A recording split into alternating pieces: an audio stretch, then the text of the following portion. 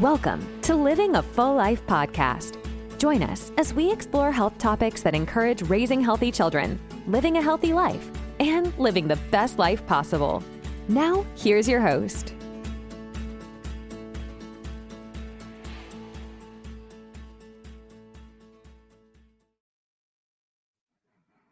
Welcome to another episode of Living a Full Life. I'm Dr. Enrico Dolcecore, and this week we're tackling stress. Stress is not going to be tackled in one podcast. It's a perpetual thing that comes at us from all different angles. But understanding what stress is and the effects it has on our body hopefully keeps you motivated to keep doing all the right things that you do every day to stay healthy. That's the whole point of this. Stress is the body's natural response to demands or threats. It's a natural thing. It's there for a reason. It's a wonderful system to keep us protected. The threats can be physical, they can be emotional, they can be mental, they can also be chemical. But these threats can come to us from all different directions, and it's almost like they do on a daily basis. And stress can be short-term or it can be chronic. Short-term is something that just currently happened. You got hit in the arm and you got a bruise. That's stress. That is inflammation. That is pain. That's everything going on right there. It bruises and then it will go away in a couple of weeks. That's short-term. Chronic stress can develop and perpetuate over time. And that's what we're going to dissect in this podcast today is what's the difference? How do we mitigate it? And how do we defend ourselves against the responses from stress? Because we need to. And how do we deal with stress? How do we prepare ourselves to handle situations that are stressful? They're going to happen. There's stress that's unthinkable that can happen to us in our life. There's stress that happens, it seems like, all the time. And then there's stresses that happen every few hours of every day because of the choices that we make or because of the environment that we're in. These things can happen. So, how the body responds to stress is a real important understanding, and then we can build our way up from that. Stress, you may have heard from high school biology, is a fight or flight reaction. It's a sympathetic reaction to the response of whatever's happening. Immediately what happens in a sympathetic response or a fight or flight is that heart rate increases, muscle tenses, and your breath speeds up to just help with that flow. So if the heart rate increases, it means it's going to pump more blood. If it pumps more blood, it needs more oxygen. If it needs more oxygen, you got to breathe more. So you breathe more and your muscles get tense to get ready to do some kung fu fighting or whatever it is that we need to do to get through that situation. And that's why it's called fight or flight. Are we going to fight to defend ourselves, or are we going to take flight and get out of here because those leopards are going to eat us if we don't? So that's the primitive response to stress. And it's ingrained in our DNA, the programming that's in there. It can't be changed. It's the fundamental programming to like any computer on earth. Like there's just hardware that needs to be there, a screen, a chip, power, a motherboard, all that stuff needs to be there to make the computer work. And it was the same in the 90s with the first computers as well. Your IBM Aptiva, whatever it was. It had the same parts to it. It just all looks slicker and slicker and smaller as technology improves. But the same thing is there. The structure, the DNA, the programming that's there is there. We are programmed for fight or flight, and you need to understand that. So think of yourself as like prehistoric caveman or woman, and that's the DNA that's created in you. So you hear a weird screech in the middle of the night. You don't know if that's an animal, somebody breaking into your cave, a pterodactyl. I don't know what the heck the screech would be, but that's the response you need to have: an increase in heart rate, an increase in breathing, a tense in muscle to defend and protect yourself. That's what we do. And up to today in 2025, that's the response humans will have. That's the response all mammals will have. It comes from the hindbrain that all mammals share together just around the amygdala that protects us from fear. Or it's the fear center. It's how we respond. So we all have that primitive part of the brain in all mammals. It's what keeps us protected, to run from the hunter, right? So that makes sense. The autonomic nervous system is made up of both of those, the sympathetic and the parasympathetic, and that's what makes up our autonomic nervous system. We want to stay in balance between those two. We can kind of shuffle left or right. Let's say we choose to go do a HIIT exercise at the gym. We're choosing to put ourselves in a sympathetic state there for the benefits that come with that, the cardiovascular response, the blood flow, the endorphin release, the hormone balancing. There's a lot of great stuff that comes from exercise. Great. So we put ourselves, and then once we're done the exercise, as we rest, we go back to normal vitals, which brings us back to balance. We may actually eat a post-workout meal. We may go home and have some protein shake and a banana or something. Who knows? And that will put us into parasympathetic. So we'll swing a little bit there as we digest the food and go back to balance. So it's a beautiful dance that the autonomic nervous system has between sympathetic and parasympathetic, but it's trying to stay balanced between the two. We use heart rate variability, and we monitor every single patient that comes to our office.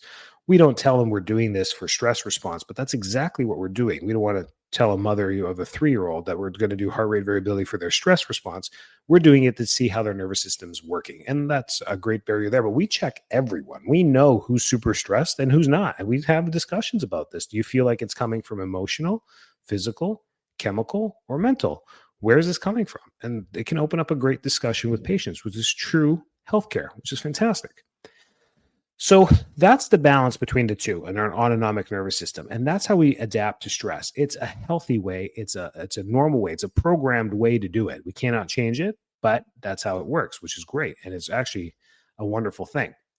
But there's some things that happen with it. We talked about, some vitals that can change, but there's chemical and hormonal changes that can happen when we are perpetually in stress. So either short-term stress or long-term stress, either way, there's going to be an immediate chemical and hormonal change that happens from stress.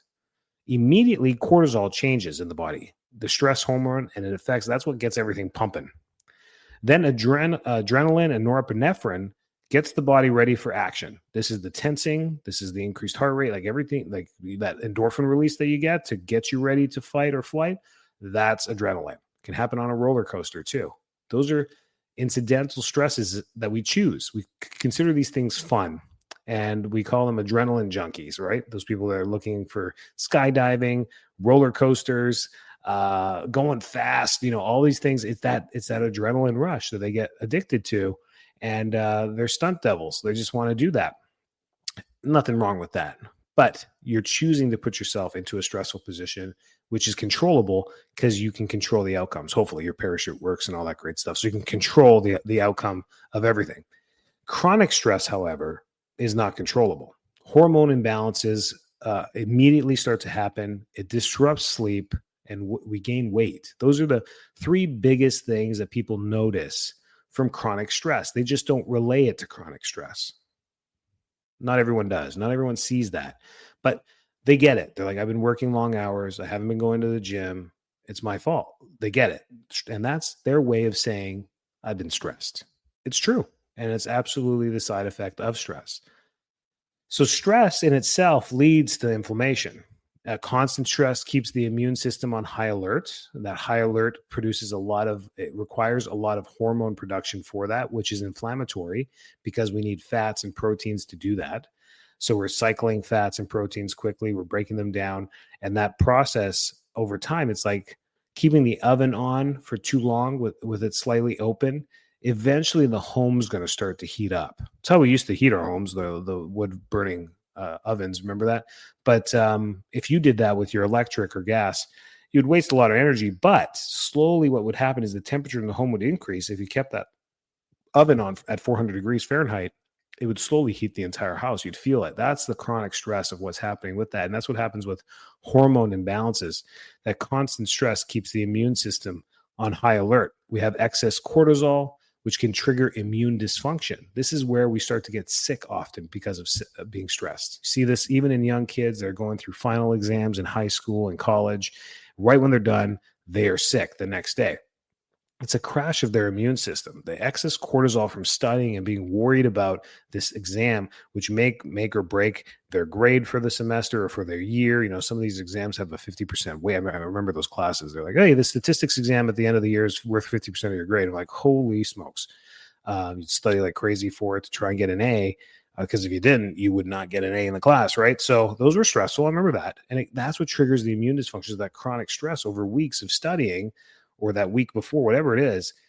It can even deadlines at work that have to be made, tax year end, all these stuff, month end. I mean, we deal with stresses all the time, and stress-induced poor diet just doesn't help when we have just choices that we make with hydrogenated oils, processed foods. We put this into our system, and we're just inducing more stress through our diet. It leads to lack of sleep, and then all the unhealthy habits we do fuel inflammation. Smoking, drinking alcohol, all these things can fuel to more inflammation. So it's a stress. When we say stress from a physiological perspective, stress is inflammation. And that's what we're trying to mitigate, because stress in itself is a normal thing. It's a natural thing. Gravity is stress, keeps our feet on the ground. That's a good stress, but it is a stress on the body. It's pulling us down, hence why our skin starts to sag, right, as we get older, that gravity distortion, right? But it's a good one. I don't want to be floating all over the place, right? That's weird. So there's good stresses, there's bad stress. Going to the gym, lifting weights, putting pressure on our tendons. That's a stress, but it's a good stress. The result from that leads to stronger tendons and stronger muscles, right? So the ones that we choose that are going to lead to bad are always coming through diet, right? Always through diet. Every time we're like, oh, I just want one of those things, a scoop of ice cream, we're fueling inflammation with that. Doesn't mean we can never have it. We just have to be in a state that will be good to have that stuff. It just depends on how much fire, how big is the forest fire in the body. That's my analogy for stress for most people. There's always a little pilot inside of us. There's always a little flame going on. It has to be there. It always has to be ready to fight. It's that flame. If you grew up in the North, you got natural gas furnaces. There's a pilot that stays on 365 days a year. It's just there in case the heat needs to kick on. That pilot is there. It can light the flame and heat the air that comes through it to heat up the house. But it stays on all the time, because if it goes out, you have to physically go in there, check the gas line, and make sure you turn it back on. You have to. Otherwise, when winter comes along, it's not going to heat up your house. So, and that's the analogy I keep with the stress. That flame's always there. When we stress ourselves out and we put more kerosene onto that, the flame can get out of control. It can get very big. It can turn into a fire where your entire boiler room's on fire or the whole house catches fire. Now we're in trouble, right? So depending on that, when the flame is small and the pilot's there and you throw some ice cream on it, not a big deal. Nothing's going to really happen. Going to eat some Oreos, going to eat some processed food, have some pizza, whatever. It's not going to hurt. But when there's a forest fire going on and our joints hurt and our knees hurt and we're in pain, or we're overweight, or whatever's happening, there's already chronic inflammation, and we add more to it, we turn this into a whole house fire. That's what inflammation is. Inflammation is the body's natural defense mechanism. For acute, like we talked about, getting hit in the arm and having a bruise, it's for short-term healing. So immediately plasma, red blood cells, white blood cells, the immune system goes straight to the injury. The immune system is warned off because it's like, listen, nothing's ruptured. We didn't break the skin. There's no bacteria that's in here. There's no viruses. There's nothing that we need to fight off. So the killer cells are held off, and immediately the plasma and red blood cells and white blood cells do their thing to repair the damaged skin tissue, muscle tissue, tendon, whatever's there, fat cells that were ruptured, whatever happened. They go in there and start to repair through blood flow. That's short-term healing. So that is a natural defense mechanism. That is a natural healing process. That is a great thing. Chronic inflammation, no bueno. It's long-term. It's harmful. To have that type of a response, a military response happens when this happens. So you get a bruise on your arm, or you get hit in the arm with a softball, your body puts out the Navy SEALs, the military, the Air Force, the Navy, everyone's going out to be like, what happened? There was a bomb went off on our forearm. It was actually a softball. They go and check it out immediately. It happens within seconds, minutes. The Navy is fed off. The Air Force is fed off. The Marines are fed off, but the military stays. They're like, hey, let's help clean up a little bit. And they help rebuild. That's what's going on there. So the troops or the army, whatever, is there, and they do their thing. This is how I got through medical school, by the way. All these cartoons in my head, and that's how I figured out everything. But hopefully they help you too. Chronic long-term is where we start to have inflammation around the heart. inflammation around the liver, inflammation around the kidneys, and the organs start to get bogged down. Now we're going to exhaust the military. They're going to be tired of constantly trying to rebuild. We're going to get fatigued. And now we have this inflammation, which is going to change physiological effects. So inflammation around the kidneys or in the kidneys is going to start to create vasoconstriction within the kidneys, which means bad blood flow, bad circulation, bad waste removal from the body. That increases uric acid, increases your pH, increases your renal pressure, which increases your blood pressure. And I can go through analogies for every single organ in the body and what happens when it starts to get inflamed. Typically, that's where the pathology is going to take place. But that's what chronic inflammation does. It's long-term disruption of the military, and it's going to exhaust the resources, right? Can only print so much money. Where inflammation occurs is due to the stress. So if we got the kidneys, for example, can be from poor diet, high increase of alcohol in the diet, and smoking. Let's say we do the poor diet, we smoke, and we drink alcohol. Kidneys, liver, they hate it. They're the ones that are going to get it. If it starts to get inflammation around the brain, we may notice memory loss, brain fog, mood disorders. If we get inflammation around the heart and arteries, we can increase our risk of heart disease, stroke, heart attack. These are things that can happen there. Gut. This is a very common one. The gut takes up a lot of space. You may have seen these things. If you outstretch the small intestine and large intestine, it can wrap around the world or something like that. Like how long it is. I should probably look that up. That's how long our digestive tract is. It's huge. So when you bundle that all up, it's like a ball of yarn. So you take that and then you put it into this ball of yarn and you stick it in someone's abdomen. You're like, here, that's your digestive tract. It's a lot of surface area, a lot of space. So the gut is the most common organs to have inflammation buildup. And this leads to digestive issues, leaky gut, irritable bowel syndrome, ulcers, polyps, ulcerative colitis, diverticulitis. I mean, the gut issues can just keep going. Dysbiosis, all the stuff that can happen in the gut is because of chronic inflammation. Then it can go to joints and muscles. We see all of this all the time, the joint and muscles, chronic pain, stiffness, and that's an autoimmune response. Now your body's starting to attack itself because the hormone imbalance has been for too long. We've attacked our hormone system. Oof, stress, no bueno, and not cool at all. But how do we reduce it? And what can we do to decrease inflammation naturally? That's what we should be focusing on. Breathing exercises and mindfulness can go such a long way. Most of our stress comes from knowledge, which means our work. So we're sitting there and we're exerting mental energy to do our work. So if you're a lawyer, an accountant, a bookkeeper, an attendant, documents, receptionist, manager, any of these things, which covers a lot of the workforce. We're using our brains in numbers and tasks and Excel sheets and Word documents and reading a lot and emails and communication. We're in that IT, whatever it may be, computer code. It's using our brain. And being mindful and breathing can relax the brain the fastest.